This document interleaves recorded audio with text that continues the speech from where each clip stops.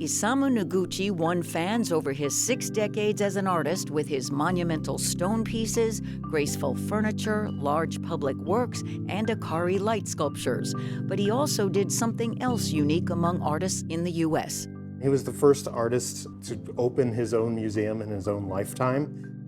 Matthew Kirsch is the curator and director of research at the Noguchi Museum in Long Island City, Queens. Its 40th anniversary is being celebrated with a reinstallation of many works close to the way Noguchi arranged them here when it opened. He did think of himself ultimately, even though he was this inveterate traveler, as a New Yorker. So it was very important for him to create this space here. Noguchi was born in Los Angeles, the son of an American mother and a Japanese father who left.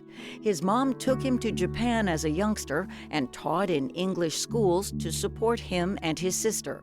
But she sent him back to the U.S. to study in his teens. So he started taking sculpture classes at a school called the Leonardo da Vinci School in the East Village in about 1924, and he was pretty much a prodigy from the start. He made both figurative and abstract art.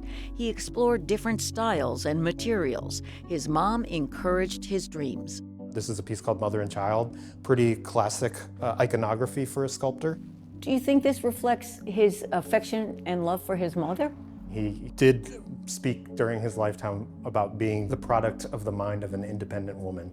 And he said that with great admiration. With great admiration, yes. In spite of his talent, Noguchi had years as a starving artist. This is a piece called Strange Bird. This is a piece that was done in his studio in Greenwich Village in the 1940s at McDougal Alley. He was a broke artist. He was really working with like off-cast materials, things that like pieces of slate or marble that he might find at a discount in New York City's different stone yards. All of these pieces are kind of like have intricate slots, and they fit together so that they can be taken apart and reassembled. Also in the 40s, he created Lunar Infant. When you consider most sculpture, you're seeing light grazing across the surface of that sculpture. Noguchi was interested in creating sculpture that glowed from within. And this was like Noguchi's experimentation with creating light sculptures because he just wasn't totally satisfied with the results. He kind of like set down that idea, but he would come back to the idea of light sculpture. Paper lanterns were a big part of life in Japan. Noguchi grew up with them. But as an artist in the 1950s, he became well known for giving them different shapes. He called them Akari light sculptures. Akari means light. And he used electric bulbs to keep them aglow. In a way, he was creating sculpture for the home that was affordable. Noguchi had a pretty expansive view of the scope of sculpture. He thought about it as something that would interact with people, that could interact with people in their everyday lives. So he considered pretty much, anything could be sculpture, furniture, lighting, set designs for dance. In fact, Noguchi was a frequent collaborator with famed dancer and choreographer Martha Graham. Noguchi and Graham met in the 1920s. He actually had a studio in the same building as her in Carnegie Hall. This piece was created for one of Martha Graham's choreographies called Embattled Garden. Martha Graham's take on the Adam and Eve story. So here, Noguchi collapses both the meadow of the Garden of Eden with the apple of knowledge.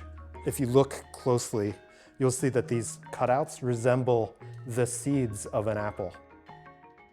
This is from a Cave of the Heart. She wanted a dress that she can step in and out of. Graham actually inhabits the piece and then walks around the stage with it. Also on display are models for public works, including one playground that got built and some that didn't. Noguchi's early abstract art is here. So are busts, like the ones he sometimes did to pay the bills. And there are the monumental sculptures many people love. When people enter the Noguchi Museum, these beautiful stone and granite pieces are what they see. Is this how Noguchi saw his work?